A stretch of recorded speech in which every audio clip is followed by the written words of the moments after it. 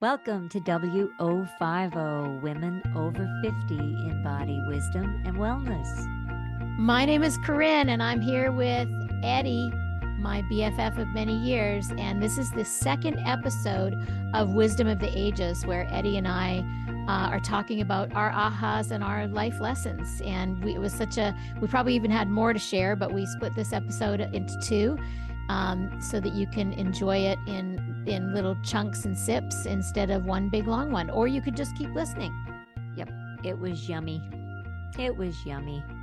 You did some deep dives into, we kind of went all over. We talked about when we were younger, we told some stories, and then the wisdom now that we have as we've gotten older, how we're still learning. I mean, lots of good stuff. I think we came right from, I think you started before you were born, and then I started at around 5, and then we came right up to present moment, and then even had some ahas.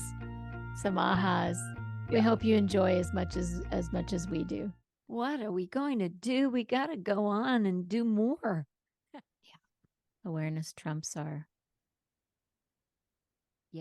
emotions, our judgments, our fears, and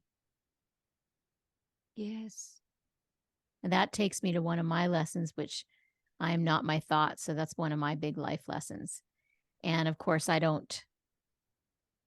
it's one of the things I work on with my clients, with my coaching clients, and with my yoga students, and with my friends, because it's such an important one to not be identified with your thoughts, feelings, and emotions. But it did take me a very, very, very long time to really embody and get, because I first started hearing "you're not your thoughts" 30 years ago.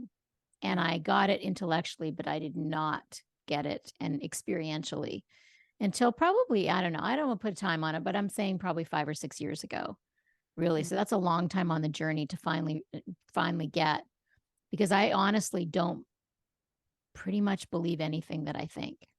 Mm-hmm. Like I don't believe, because I know that it's just a thought, and it's like it comes and goes, and depending on what mood I'm in is what the quality of the thought that comes in. And this is not the podcast to explain my whole process in it, but that's been a huge relief and a huge aha for me, is to not believe what I think. It's great. It's great. My nephew said that the other day. He said, I think it was just really innocent how he said it, but he said, I had a thought come in and I just didn't like it. So I decided not to think about it. I was like, beautiful. That's great. What did you do? He said, I just did something else. Did something else. Beautiful. So beautiful. Out of the mouths of babes. Yeah. I'm like, oh, hold that now. It's beautiful. Yeah. That's great. Yeah. Another one big life lesson for me was, and this comes around to a Deepak, one of my Deepak seminars that I was at years ago. I remember when Princess Diana died. I was in Asheville, North Carolina at the Grove Park Inn with 500 other people doing something called Seduction of Silence, which was 8 days of silence with Deepak Chopra. And so none of us had our, no TVs, no phones, nothing. And I don't think there were cell phones back then anyway, but we didn't have access to any news. And so nobody knew when Princess Di had passed away. So Deepak came in. It was probably day 4 or 5 of 8 days of silence, and said, I want to let you know, since you all don't have devices, that Princess Diana was killed in a car accident in a chase with the paparazzi. Not paparazzi, a paparazzi. And he went on to say that, to give a beautiful lecture about how it was the end of an era of women waiting for Prince Charming to come along and to save them. And I resonated with that, because we were our generation and the generations before us, and it's slowly changing now in the last 20 years, was raised on the Disney books of the Prince Charming coming along and saving that was programmed into us. Mm. And I certainly, even though I was independent and didn't get married till I was 43, and I certainly I had an aha in my early 30s after I'd started meditating and been on my silent retreat and all that. I was in my apartment in the Jacksonian in Nashville. And I remember, just having this big aha come over me that I'm not going to wait any longer for some man for my life to start till I meet my person, my Prince Charming to come along. And, because I was always like making decisions based on what if I meet a person or don't meet a person. This is one of the things I tell for people for coaching now is like, don't ever make decisions on something that may or may not happen in the future. You make your decision on right now. But this had to come to me from a big aha. And I realized I've been waiting for a man to come along to, for whatever, to really even to step into my life fully. Mm-hmm. And I was probably 32 or 33 when I had that aha. Wow. And then to hear Deepak a few years later, or maybe right around that time. Would it have been around that time? Probably was right around that time when he said the days of waiting for Prince Charming to come along died with Princess Diana. I thought that was a beautiful metaphor. Mm. Yeah, he has many to choose from, many metaphors. Yeah, it is beautiful. Because it is at that age, 30s, late 20s, early 30s, we think about having children or starting a family, and sometimes it's not always, sometimes the person we're with, we go, oh, okay, guess this is what I do now. Sometimes there's that much thought that goes into it, or there's, oh, this is what I dreamed about, and we have sometimes not even in touch with why we're making the decision we're making. It's What was it for conditioning. you When you got married and had Alex?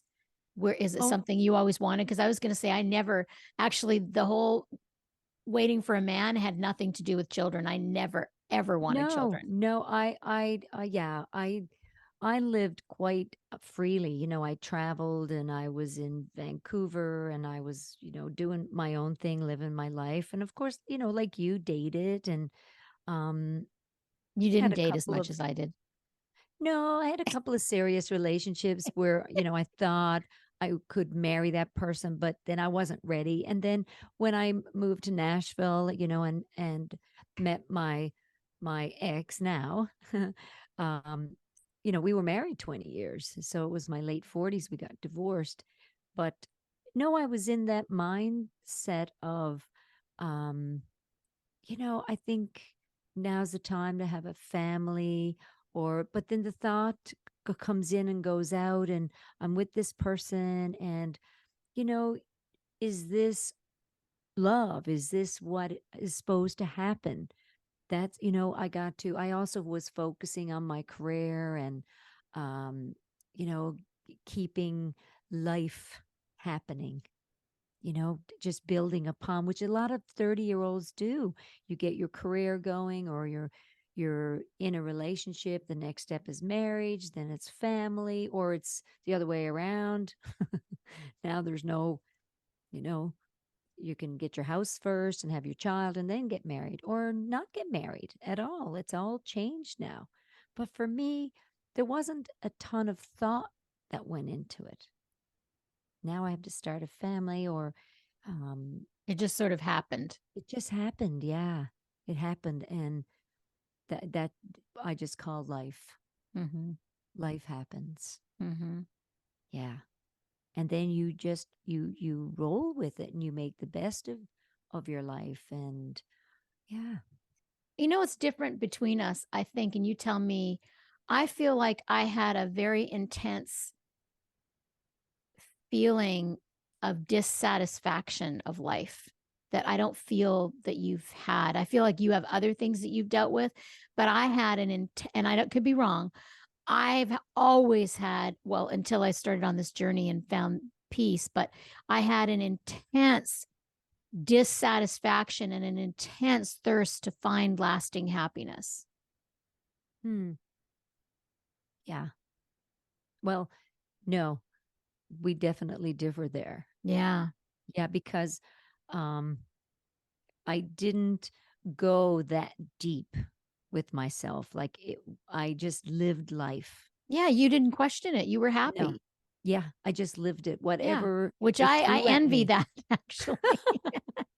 Whatever it threw at me, and it hasn't always been an easy ride, as you know. There's been some big struggles and some challenging moments, and big lessons, but it's almost like sometimes there's a naivety, or I don't know, just I love life. I love living this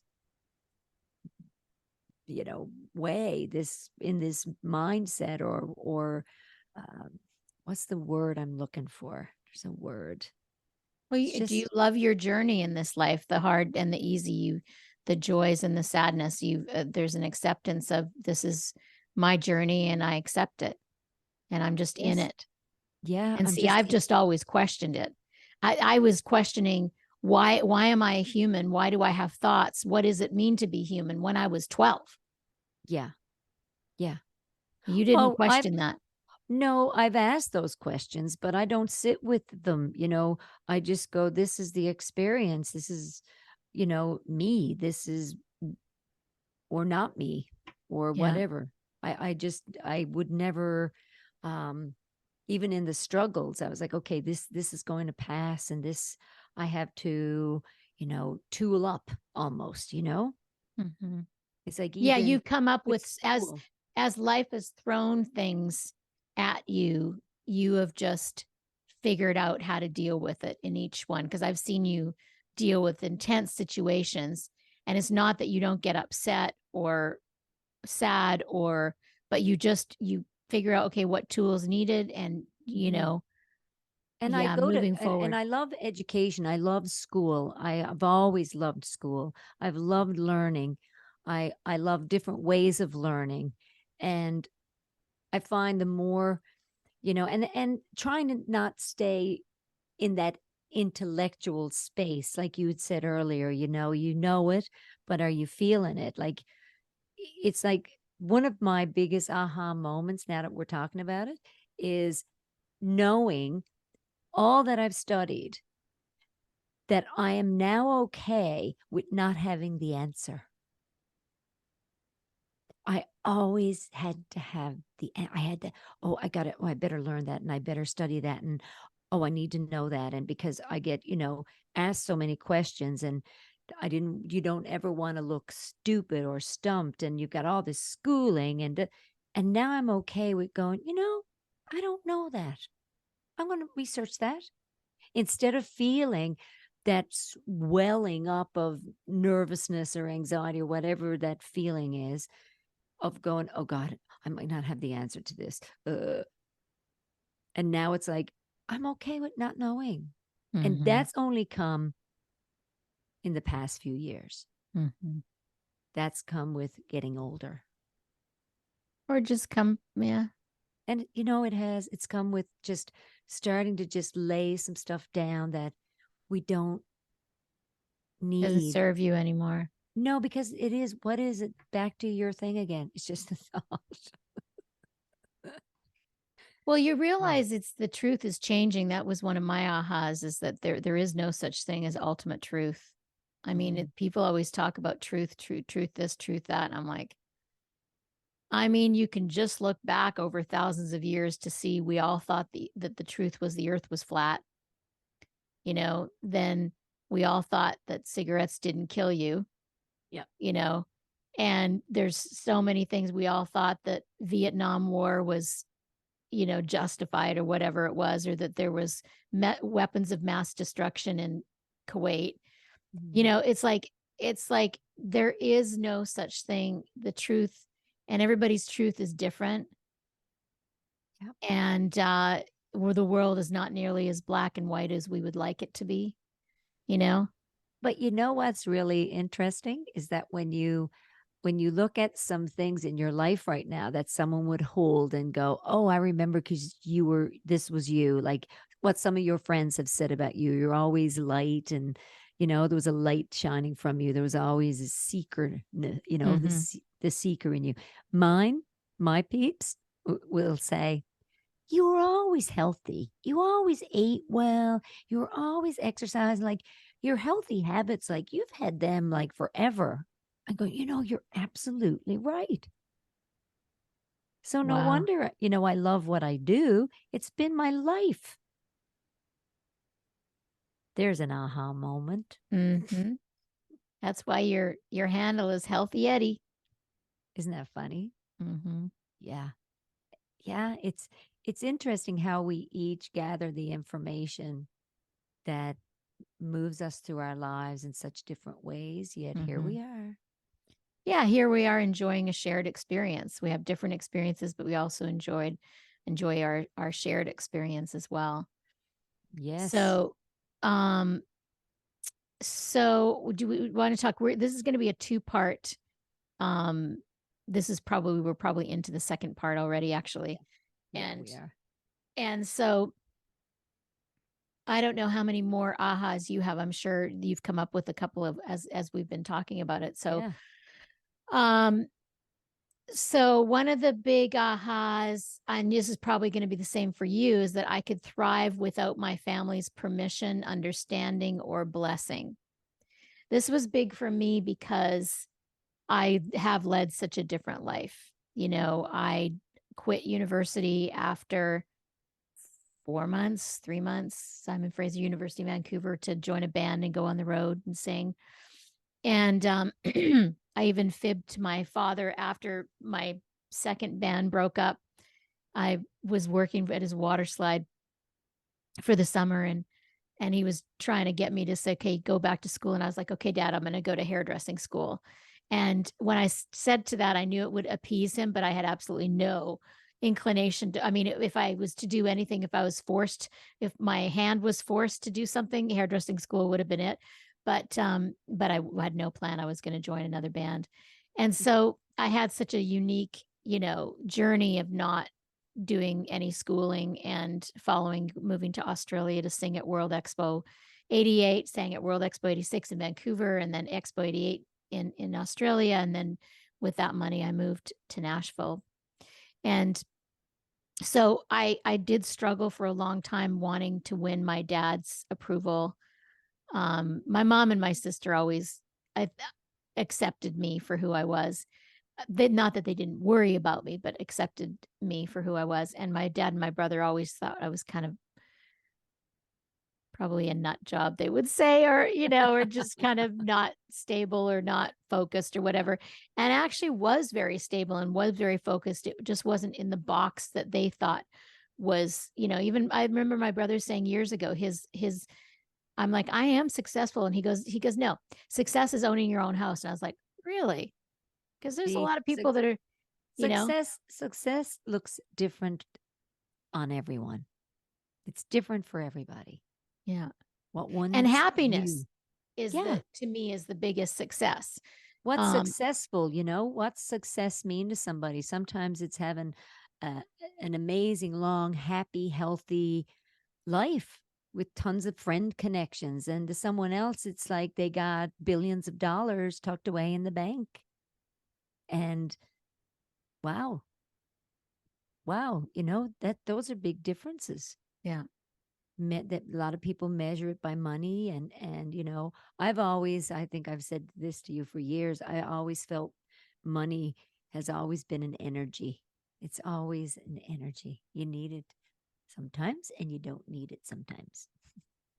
But for some reason, I say I have a little bit different. I say money is energy. It's no more important or less important than anything else. It is important because it is energy. Energy is important, but it's not a god. In the West, we kind of worship money, and like the Indians worship God. But yeah, it's different for everybody what their version of success. But I had to come to peace with it in myself. I knew that inside it didn't really, it took me a while to get to the fact that they were never going to approve of me. And somewhere along the way, they both did. Mhm. But it wasn't for a very, very long time because I did not ever have their version and still don't have their version of success. Yeah. Yeah. How Yeah. about you and your family? I know that's probably a big one for you too. Yeah, because I moved away. I was young, I started moved into the city when I was 15 and started at university, and then I was turning 16 and went into nursing school at 17. And I was making these decisions in life just on my own, where I look now at people with families, and most of them back then too were discussing their lives and what they should do in life with their families, with their parents. But I was just like making these decisions really early on myself. Like, I'm like, maybe I'll go to med school, but then I don't have enough money. So I'll take out a student loan. So I'm figuring it out for myself, right? And and my parents were, I would mention it to them, but they live busy lives. Um and then when But I moved, what? Go ahead. I Sorry. feel like you went to school, put yourself through school, worked, put yourself through school, Hmm. and moved because you you were raised in not a very affluent, like your parents didn't have much money, you guys didn't have very much. And No. didn't wasn't that a motivating factor? It Oh, was, oh yes. I mean, yeah, it was. I mean, they both my mom and dad wanted us to, school was important, get educated, and it was important. And my father, he couldn't read or write, and he was a businessman. He was a mayor of a I of a, forgot of a about that. small community, like no one would ever know. And I remember as a kid, he would say, he'd pick up the book, and I look at him, and I would read it, and I would pass it to my dad to read some of it. And he says, "No, you go ahead and read it. You need the practice. So You you read didn't it." even know. No, I had no clue. I had no clue. And yeah. And mom, of course, my dad was taken out of school when he was in second grade because he was one of 15 kids. And he had to, bring water and help around with the chores. And my mom, she had a big crowd too. And, it's another big long story. That would be another podcast. But they believed education was really important because you would go places. And that's all I did when I was young. I would read everything I could get my hands on. I would read. I would be the character in the book. I would see these places in my mind, Italy or Spain or Norway or wherever these places were. Even the US seemed, oh wow, I'm going to go there one day. So I would have these kind of visions of what I wanted. But growing up, yeah, I felt if I got an education, I would be able to travel. I would be able to do things and I could build upon it. So becoming a nurse was, wow, everybody needs nurses. Still to this day, nurses are needed. And um, it was a good choice. And back then, it was also, I could have done some music because I was dabbling in music. But I kept going, I think Wow. I'll do nursing. Yeah. And Yeah. that never crossed my mind. I always thought education was like, that's why I quit after 3 months. I was like, this is the most useless thing I've ever seen in my life. Like, And it's funny. why would I want this? Has nothing to do with anything that I want to do in my life. Oh, I loved attending things and studying, and I still do. I still have a passion for learning. It's like the more I know, the more I don't know. That's my line, Eddie. That's one of my things. The more I know, the more I don't know. I love learning too, but That's not I your like line. That learning belongs to different everybody. things. What's that? That belongs to everybody. The more The I more don't I know. know, the more I don't know. Right. Yeah, yeah. No, I knew you'd resonate with that one too. It was on my Yes. list and I was like, you're going to resonate with that too. Yeah. So, yeah, no, I love learning, but I love learning different things. I don't like school learning. I don't like book learning. I Mm, like listening to podcasts and like insights into life and insights into psyche and insights into mm, decision making and all that stuff. And you like, all the medical stuff and it's very different. learning. Yes. Well, and you also, this is great. We're discussing this because you also, being the amazing meditator that you are, there is another ability right there that you get. Like there's so much I feel comes in that silence of meditation that, you know, we don't know where it's coming from sometimes. Yeah, that's a great point. I mean, my very first Deepak seminar, or actually it was just a lecture that I went to. I first saw him, I think, in Nashville. You were probably there too. He played, I think, that the Civic Center downtown the first time in like 93 or something like that. And he came out and he said, I'm not here to teach you anything. I'm here to help you remember what you already know. Love that. Yeah. Because knowledge is based in consciousness, knowledge is based inside. And there we do have so much innate natural wisdom, and I guess, yeah, that's been my interest, is tapping into that. And yet I also I just love the wisdom that you have too. Of course, you're my go-to for all things. Yeah, but it's really nice. I remember, back 20 years ago, I felt I needed a lot of mechanical tools, testing tools, lots of things like around the office equipment. And now there's so much in there that so much comes in. There's so much available right away just from just memory retrieval or just downloading, almost, that what just being comes present. in. Yeah. And just being present. Just allowing it to drop in because it's there. It's all there. Yeah. It's still in that tissue sometimes. And then it's out into the ethers and it's around. And, it's beautiful how it comes in. I mean, there's times in my office people go, why did you just say that? How did you know that? I was like, I don't know how I knew that. Why would I say that? Or it could be a reference to something. It just happens to fall in beautifully. So, and then there's always beautiful tools around too, lab work that gives us a lot of insight, and x-rays and things like that. But sometimes we have some innate abilities that we just, have to let them be, let them come. Arise. Yes. Let them arise. It's a new Eddyism, a flithering. Yeah. Did you have any worthiness issues?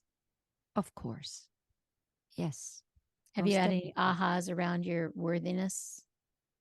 Every day. Still working on that one. Yes. You talk about yours. Have you?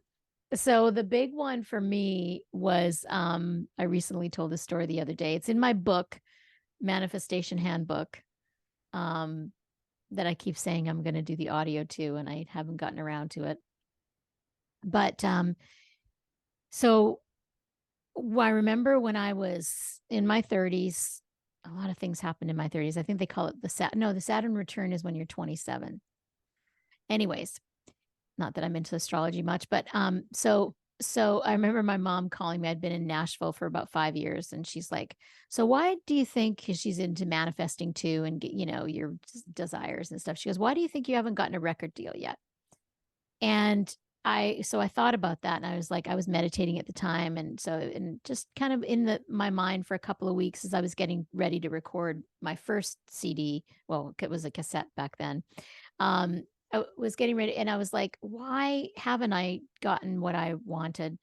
And I realized that I didn't feel worthy. Like I felt, even though in my consciousness, like in my mind, I was like, in my intellectual mind, I was like, everybody deserves whatever they want. But my subconscious, I could tell, was like, what makes me so special that I could get a record deal and make a lot of money and travel around the world? Why me? What makes me so special? That was the virus running in the background.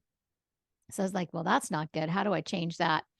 So meditated and stuff. Anyways, I had a dream one night, except for it wasn't a dream. I was taken on a journey of our evolution. I was like, I closed my eyes in my bedroom at night, and all of a sudden I remember being a part of a big explosion and flying through the stars. And I was thinking, oh my gosh, I remember this. I remember how we were all created. We were all consciousness, and we're all one, and we all created the universe together. And I remember being a part of consciousness, creating the earth, and then creating oceans, and then volcanoes into mountains. And I remember thinking, this is how we're all one, and we all created this all together. And then I remember being in the body of a wolf, and I don't even believe that necessarily that wolves and or animals and people mix, but I was in the body of a wolf, and then the wolf died, and then all of a sudden I was in the body of some Mongolian woman in a hut in Mongolia. Wow. I don't know how I knew it was Mongolia. I've never been to Mongolia, but I actually looked up a hut recently in Mongolia and looked just like the hut I was in. And then my mother was across from me, and she didn't look like my mother in this lifetime, but I knew it was my mother from this lifetime in a different face. And then my husband at the time was coming towards me, and I was terrified. And then my eyes flew wide open, and I was in my room in Nashville. And this voice said to me, "You're a child of the universe, and you deserve everything."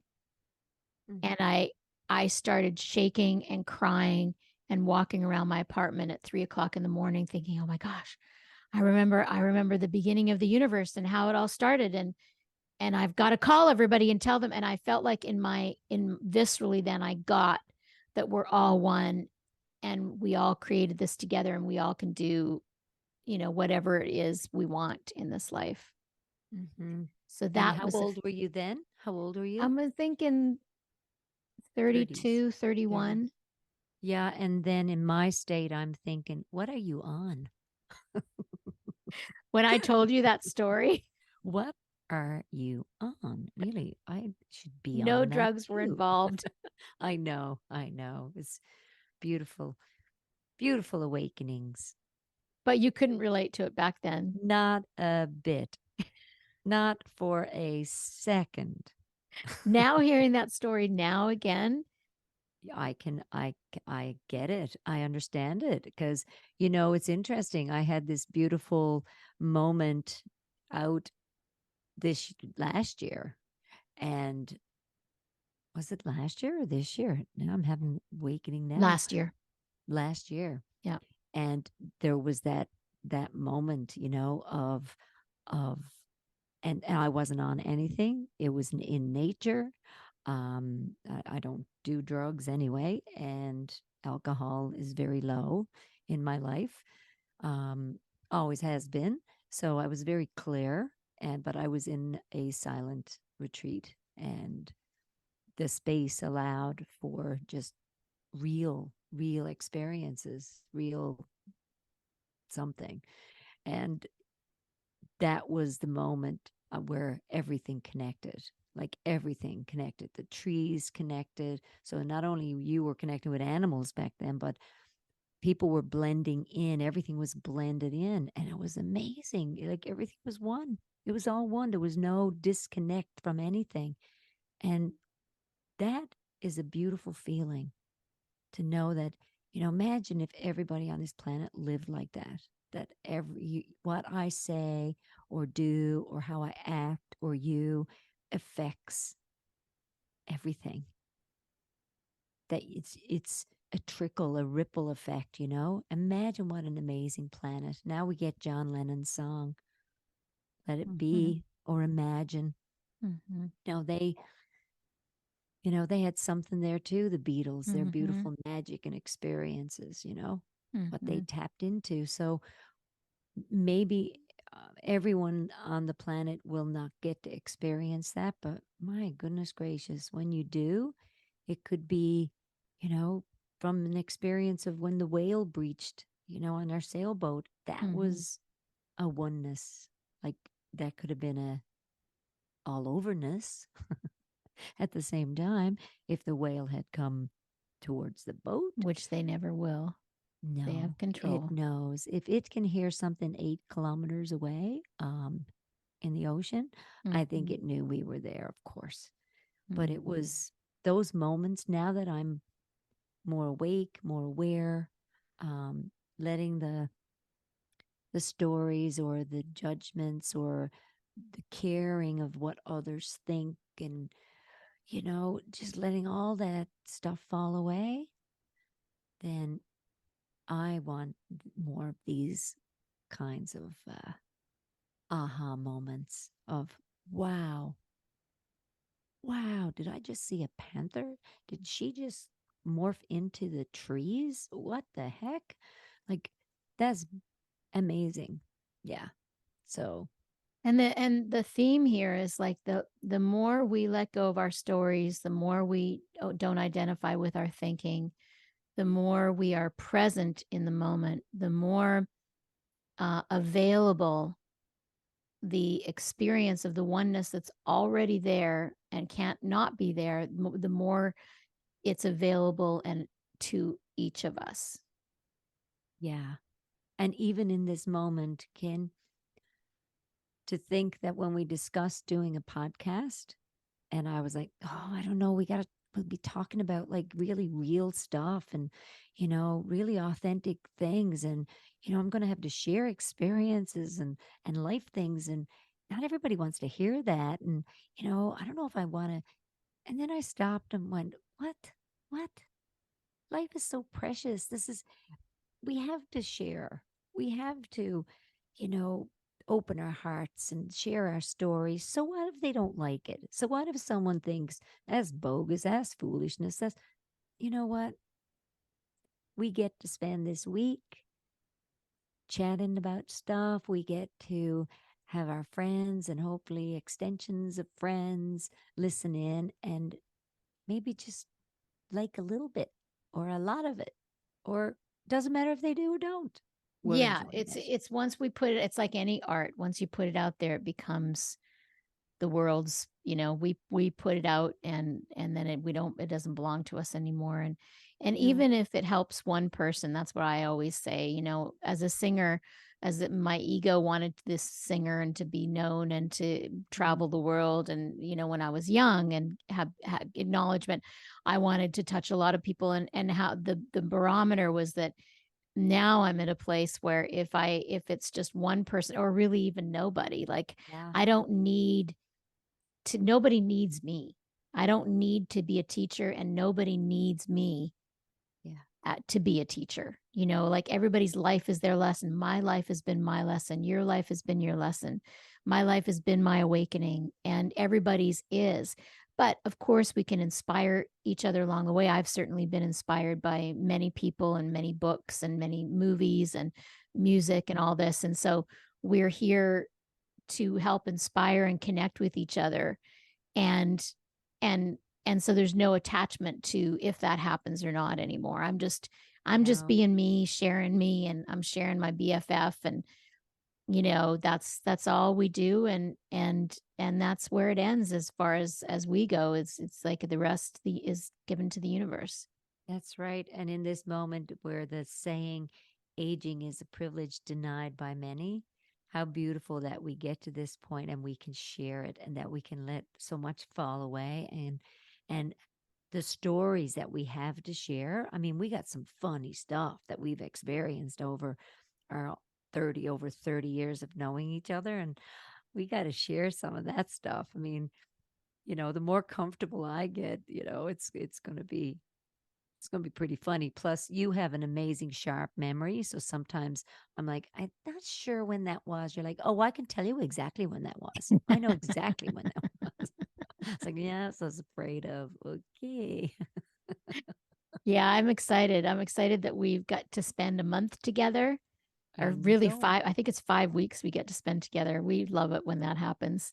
We're We're so I so was lucky. I was looking back because I have to look for photos of us to do for our podcast and stuff. And we've got to do more when we're together for 5 weeks. But I was looking at old photos, and even though you were married for 20 years and you've been living in Newfoundland, which is so far away from where I live in Nashville, we have spent a lot of time together in the past 35 years. We're so blessed. We have. Yeah, we really have.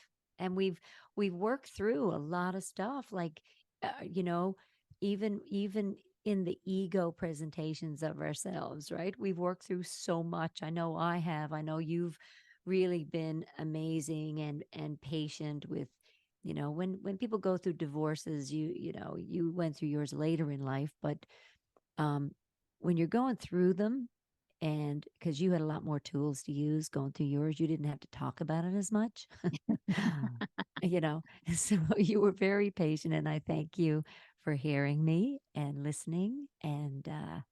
We all And have to be patient. I'm happy to, Eddie. It never even, it's just what you do when you're such good friends with somebody like that. But it's so It's fun like, now when I have to send something to you, and I got this thing typed up, and it's like, okay, I got it. And next, I look at it and go, delete, and I'm going, everything's good, or having a day, But the story's gone, and it was so funny. And when I would tell that to you, you would go, oh, okay, good, Ed.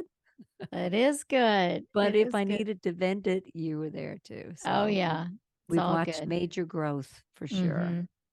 And you've helped me through so many, and continue to help me through to all my different health challenges and different. Not that I have had a lot of health challenges compared to many people, but my certain health challenges that I've had, you've helped me through so much, Yeah. and It's continue to been do so. it's been you're I love our friendship. I love that we do this. I love that we talk about, and sometimes, you make me dig deep. So, thank you for that. It's like you give me a little nudge, and then, what's great about our friendship is, she's getting a bit uncomfortable now. I can tell. That's what friends are for. Thanks. This is Yeah. a great deep dive. Thank you, Mm, Eddie. Thank you for sharing so, intimately and honestly, because that does not come easy for you. I want everybody to no, know that that's not natural Eddie's go to. And so no. I love hearing it, and I love that you're sharing it, and it's going to be so good Yeah, for people. digging deep, and sharing. And I always don't mind, but when when we get into the deeper stuff, and it's helpful. It's Yeah. helpful to share it. Yeah, Yeah. Yeah. We're all walking each other home. absolutely. Until Mm. we meet again, be well, Be happy. be kind. Be true to you.